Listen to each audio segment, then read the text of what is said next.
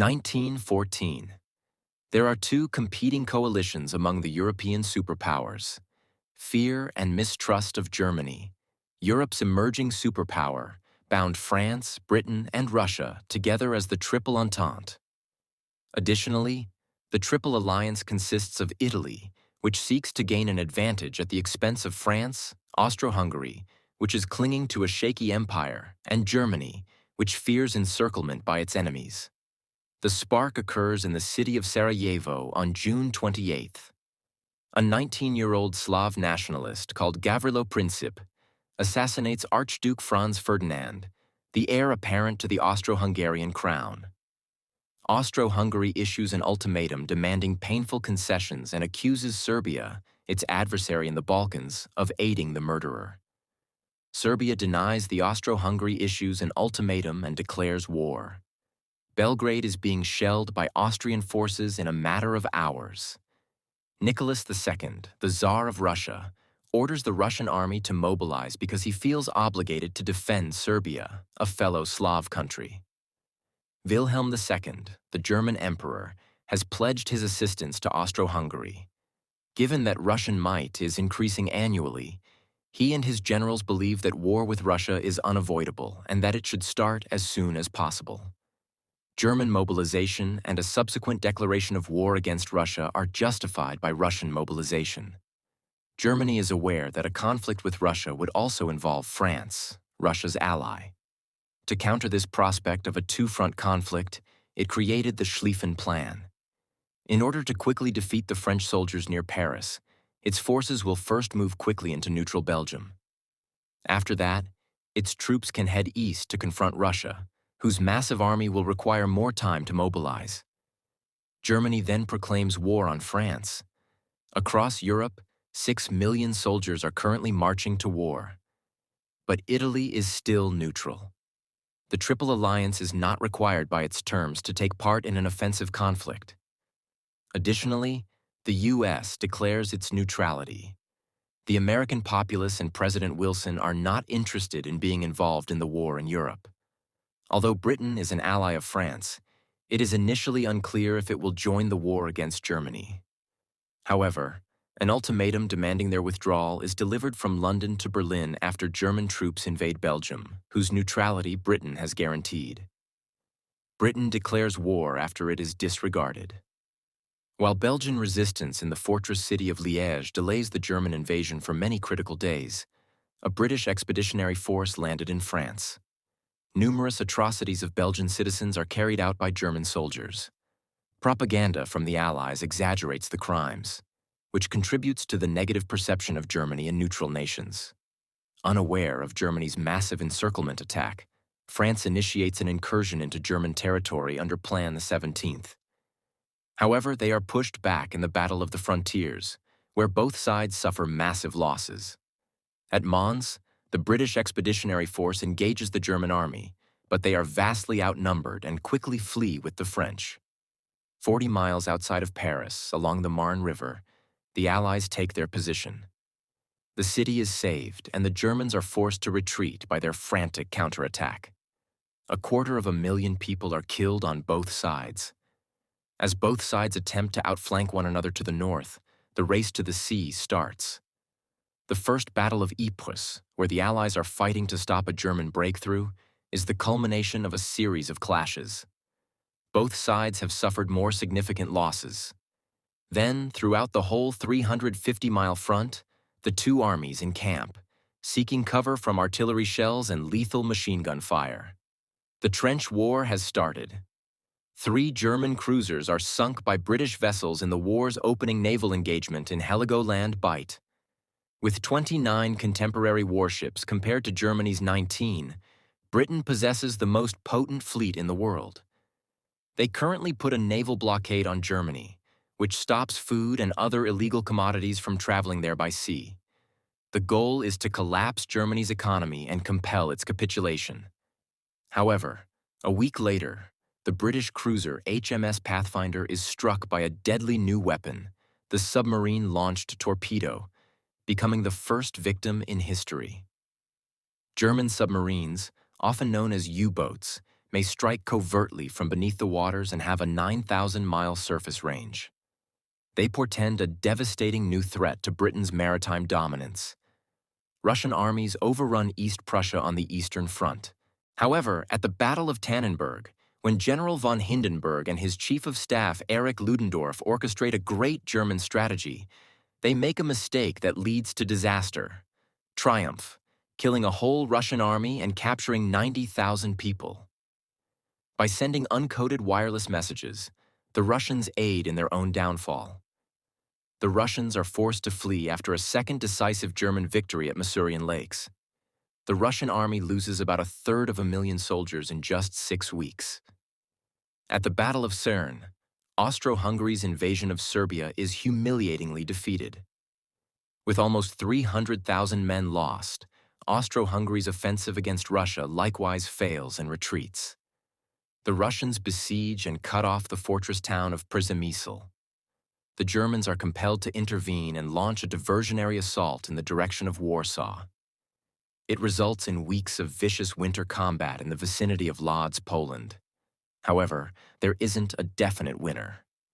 In the meantime, the Turkish Ottoman Empire declared war on Russia, its longtime foe, and joined the Central Powers. Russian troops traverse the Turkish border in the Caucasus, and Turkish vessels attack the Russian ports of Odessa and Sevastopol. Outside of Europe, the conflict is still going on in distant European colonies and on the world's oceans. While Allied forces capture the German colony of Togoland, present-day Togo, German soldiers invade British East Africa, modern-day Kenya, and take over Taveta. However, a 3,000-strong army attacking German Southwest Africa, or modern-day Namibia, is captured at Saint-Fontaine, while British soldiers invading German Cameroon are routed at Garua and Nsangakon. The British landings at Tanga a month later are met with disarray and loss at the hands of a considerably smaller forces under the command of Colonel von Lettow-Vorbeck. After being cut off from Germany, Lettow-Vorbeck successfully engages the Allies in a guerrilla battle, capturing a significant number of soldiers. In Asia, Japan declares war on Germany and upholds its treaty with Britain. The German naval base at Tsingtao is later taken over by Japanese forces. Australian and New Zealand troops capture the German possessions of New Guinea and Samoa. At the Battle of Coronel, however, German Admiral von Spee's formidable East Asia squadron defeats 2 British cruisers in the Pacific, off the coast of Chile. All personnel are lost on both ships. He encounters a British naval task force at the Falkland Islands 5 weeks later. The 5 German cruisers are sunk, 4 of them.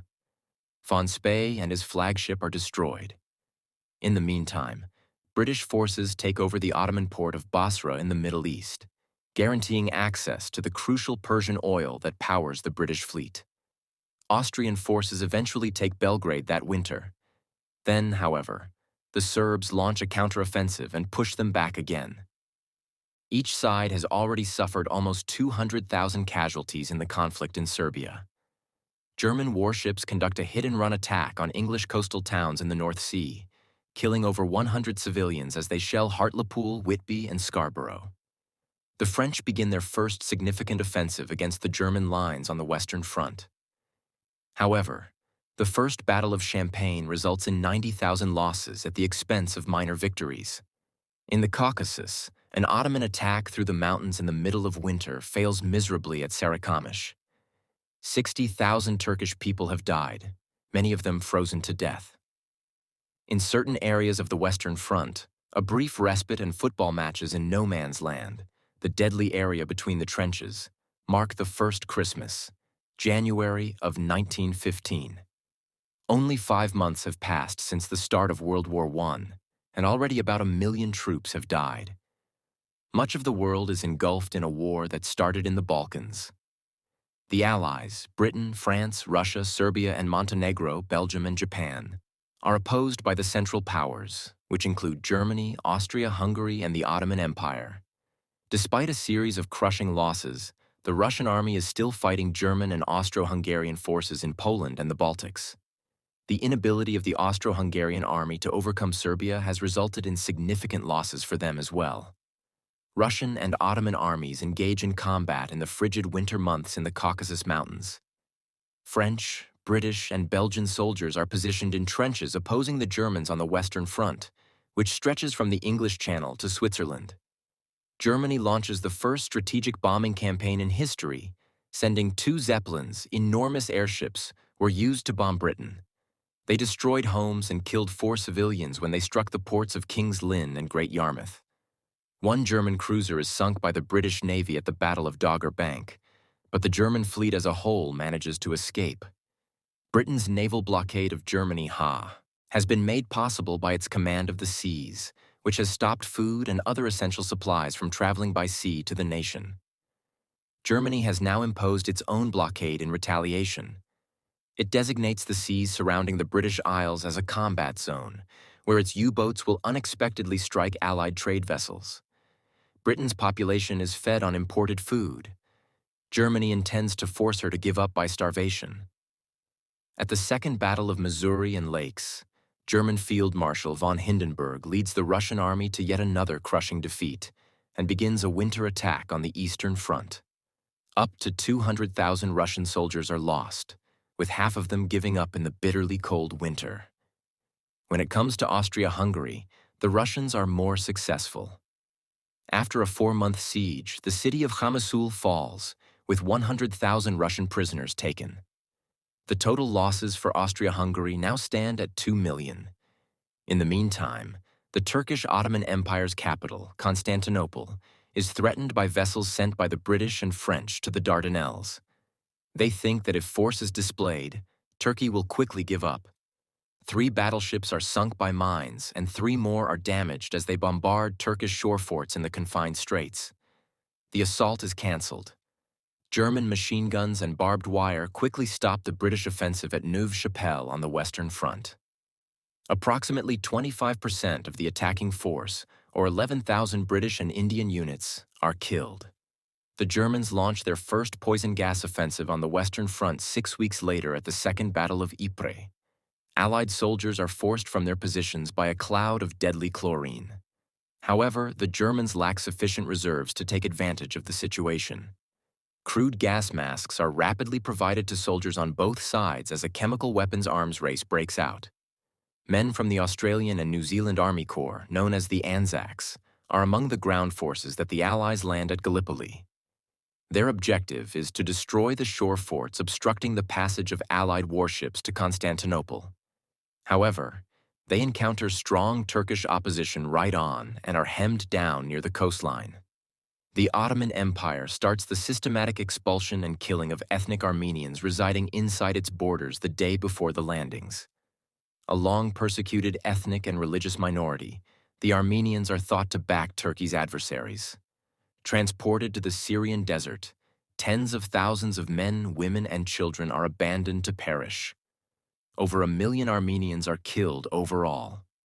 The Allies vow to hold those responsible for the events criminally accountable and denounce them as a crime against humanity and civilization. The Turkish government continues to contest the number of fatalities and the idea that these incidents amounted to a genocide. A united German-Austro-Hungarian operation in Galicia breaches Russian defenses on the Eastern Front, retaking Przemyśl and capturing 100,000 prisoners. It marks the start of a continuous assault on Russian troops. A German U-boat unexpectedly torpedoes the British passenger liner Lusitania while it is at sea, traveling from New York to Liverpool. 128 Americans are among the 1,198 passengers and crew members that die.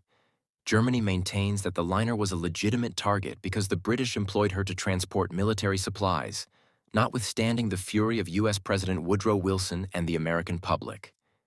In an additional attempt to breach the German defenses, the Allies begin the Second Battle of Artois in May. The British begin supporting attacks at Aubert Ridge and Festubert, while the French start the main assault at Vimy Ridge. The Allies only make a few thousand yards of progress and suffer 130,000 losses. The Fokker-Eindecker aids Germany in gaining air superiority over the Western Front that summer. Thanks to a recent development called interrupter gear, it is among the first aircraft with a machine gun that can fire forward through its propeller. Losses of Allied aircraft increase quickly during what is referred to as the Fokker Scourge. Italy joins the Allies and declares war on Germany, Austria-Hungary, and eventually the Ottoman Empire, after being persuaded by British and French promises of territorial gains at Austria-Hungary's expense. The first attack by the Italian army against Austro-Hungarian positions along the Isonzo River is defeated with significant casualties. On the Eastern Front, the Allies are dealing with a crisis. The Russians have left Poland and started to withdraw generally. On August 5th, German forces arrive in Warsaw. Grand Duke Nicholas, the commander-in-chief of the Russian army, is fired by Tsar Nicholas II, who assumes personal leadership. Since the Tsar is increasingly linked to Russian military failure, it will be disastrous for him. The Allies land reinforcements at Suvla Bay at Gallipoli, but neither they nor a string of new Anzac attacks are able to end the standoff. The situation on both sides is appalling. In addition to the attack, heat, bugs, and illness also torture troops. The liner SS Arabic is sunk by a German U-boat in the Atlantic. 44 are missing. 3 of them were Americans. Germany halts all attacks on passenger ships in reaction to more warnings from the US. In an attempt to break through the lines and relieve pressure on their struggling Russian ally, the Allies launched their largest attack of the war thus far on the Western lines. The French assault in the Second Battle of Champagne and the Third Battle of Artois. The British launch an offensive at Loos with the aid of poison gas. Despite early successes, the attacks quickly falter and cause massive losses on all fronts. At order to establish a new front against the Central Powers and deliver supplies to Serbia, Allied forces land at Salonika, Greece. However, it is too late for the Allies. After Bulgaria joins the Central Powers, Serbia is conquered in 2 months by their combined offensive. The remaining members of the Serbian army flee across the Albanian mountains during the winter. They have suffered terrible losses. A third of Serbia's army has been slain by the end of the war, which is the highest percentage of any country. The third and fourth battles of the Isonzo are being launched by Italian soldiers, and the combat is still fierce on the Italian front. Even though they are outnumbered, the Austro-Hungarian forces are encamped on the high ground and cannot be moved. At the Battle of Ctesiphon, 25 miles south of Baghdad, Turkish forces thwart a British attack on the city. The British retreat to the besieged city of Kut. The Gallipoli campaign is abandoned by the Allies. As the British move toward Baghdad, 83,000 men are covertly evacuated. Without warning the Turkish military. No man is lost. It is among the war's best executed ideas. 250,000 people have died as a result of the campaign on both sides. The year 1915 is not good for the Allies. Huge losses for little real benefit. However, no mention of peace is made. Instead, using new strategies derived from past mistakes, all sides get ready for even more massive offensives in 1916. Every side continues to think that a resounding triumph on the battlefield is possible. The First World War was intended to have been brief and spectacular. However, by 1916, the death toll from a new type of industrialized warfare had risen into the millions, and there was no end in sight. Millions of men had been dispatched to fight, and thousands of women had joined the workforce as naval blockades were starting to cause food and fuel shortages throughout Europe. Everybody was getting ready for a protracted conflict. The Central Powers, who were just joined by Bulgaria, are still at war with the Allies, which has been going on for a year and a half. Food and other essential raw materials cannot be imported into Germany because of the British Navy's continued naval blockade. Germany has replied by blocking Britain with U-boats, but it must restrict its attacks to prevent upsetting the neutral United States, who has already caught its citizens in the crossfire. French, British, and Belgian forces are positioned across from the Germans on the Western Front, and both sides are mired in the brutal impasse of trench warfare. The Russians have stabilized the line and put an end to their protracted retreat on the Eastern Front. However, their army has lost a lot of soldiers. Strong Austro-Hungarian defenses have been the target of several expensive and fruitless attacks by Italian soldiers on the Italian front. On the Balkan front, Serbia has been overrun by the Central Powers. forcing its army to bitterly withdraw across the Albanian mountains. Now, on January 5th, Austro-Hungarian forces launch an assault on Montenegro. 3 weeks after being delayed at the Battle of Mojkovac, Montenegro is compelled to give up. The Russians surprise Ottoman Turkish forces with a winter onslaught on the Caucasus front. Erzurum is taken over by Russian forces 6 weeks later. They seize Trebizond, a port on the Black Sea, in April. 2 motorboats are being transported by the British to Lake Tanganyika in Africa in the meantime. After traveling 10,000 miles by land and sea, they eventually arrive and assist the British in retaking the strategically important lake from German forces based nearby. In the same month, German troops who had been under siege on Mora Mountain for 18 months in German Cameroon finally turned themselves in to the Allies. The Cameroon campaign comes to an end. The Germans launch a crushing attack on the French stronghold town of Verdun on the Western Front. Erich von Falkenhayn, a German general, is aware that France will fight to the death to protect this important town. In his own words, he intends to defend France by bleeding it white. It's the attrition strategy. Infantry divisions are decimated at Verdun nearly as quickly as they can be added to the line, making it one of the war's most horrifying confrontations. 1 million men have already volunteered to serve in the British military. However, the government knows it won't be sufficient. Conscription is implemented by Britain, the final great state to do so. British soldiers are the last to receive steel helmets on the Western Front that April. A significant percentage of brain injuries are caused by the nature of trench combat. Limited protection against shell splinters and shrapnel is provided by the British Mark I steel helmet, the French Adrian helmet, and the German Stahlhelm. Indifferent. By working with the British, Portugal appears to have the best chance of retaining Portuguese Angola, her African colony. Germany retaliates by declaring war on Portugal on March 9th. To relieve pressure on the French at Verdun, Russia attacks the area around Lake Narong on the Eastern Front. However, it's a catastrophe. The attack fails to divert any German forces from the conflict at Verdun, and 100,000 Russians are killed. Irish Republicans rebel against British control with guns in Dublin. After 6 days of public protests, it is put down and became known as the Easter Rising. Watch out for more.